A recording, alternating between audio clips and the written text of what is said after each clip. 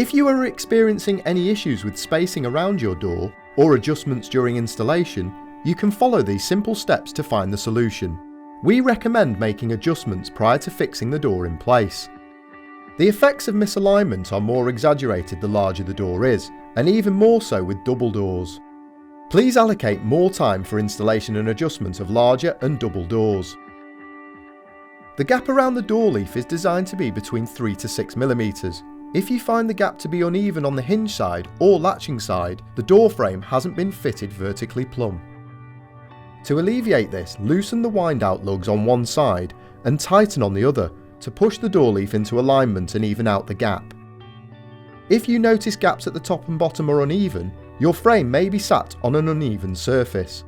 To remedy this, loosen off the wind-out lugs and fixings. Place fitting shims under the leg of the frame on the side that needs to be higher to raise it up and even out the gaps horizontally. The frame is designed to allow for adjustment, so has some flex. If your door leaf is sitting proud at either the top, bottom or either side, your frame may have been fitted further back on one of the sides, causing it to twist.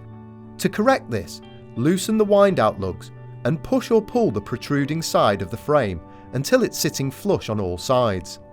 You can then retighten the wind-out lugs. If you've over-tightened your wind-out lugs, your door frame will bow inwards concavely, and the door leaf will hit the frame and not close smoothly. To rectify this, loosen the wind-out lugs until the frame is sitting straight and the door latches smoothly. You can then fix in place. If you under-tighten the wind-out lugs and fix into position, the frame will bow outwards convexly, and you may find that your locks don't engage properly. To fix this, tighten the wind-out lugs to bring the frame back into alignment.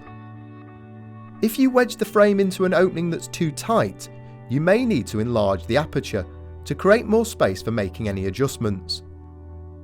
Finally, it is also important to ensure the seal is fitted correctly to the door with the V pointing into the frame to allow for smooth closing.